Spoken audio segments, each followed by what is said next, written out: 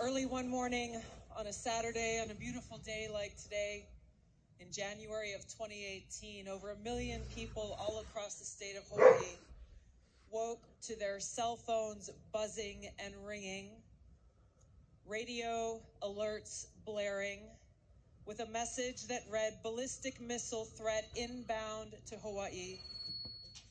Seek immediate shelter. This is not a drill." I and so many others, I happened to be here that morning. I started calling my friends and calling my family, concerned for them and where they were. But just as you here might imagine, if we all got that alert at this moment, so too did people all across Hawaii start to ask themselves the question, where is there shelter? Where do I go? Where do I take my children to be safe, knowing that there is an inbound missile to Hawaii with a nuclear warhead and we have just minutes to live? We had college students at the University of Hawaii sprinting across campus trying to figure out where they could possibly go to get shelter. A father who lowered his little girl down a manhole, thinking that may be the only place she may be safe, and telling her goodbye, "I might not see you again."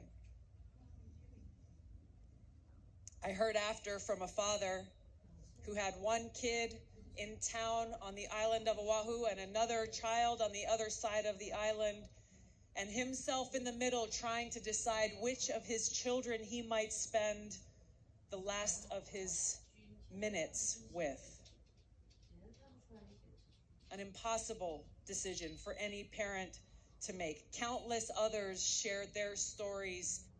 You see this little device right here? Well, I'm going to show you something right now. Now, some people are rightfully concerned. Of their panic, cowering in the bathtub with their kids, trying to understand. They're telling us to seek immediate shelter. Where do we go? And experiencing that harsh reality.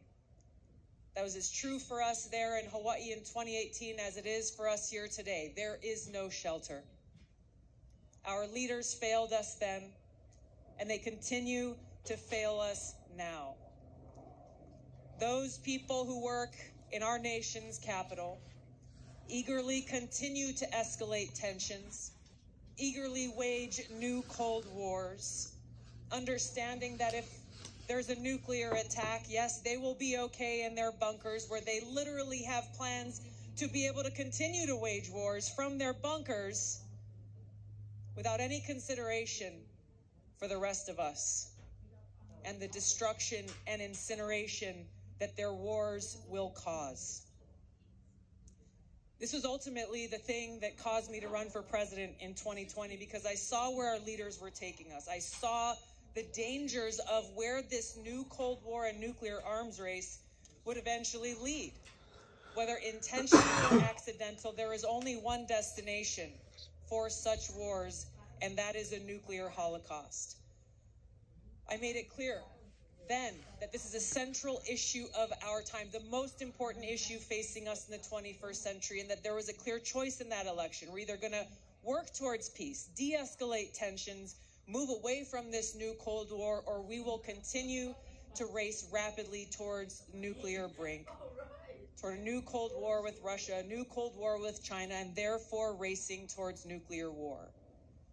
Now, for those of you who remember that election, this issue was not important to the media. They refused to talk about it. They refused to raise the question in the debates. There was no other candidate willing to talk about this issue.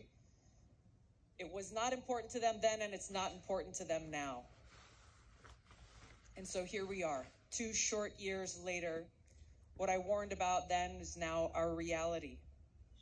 This proxy war that we're fighting against Russia right now could turn at any moment into a direct conflict between the United States, NATO, and Russia, a country that has more nuclear weapons than any other in the world.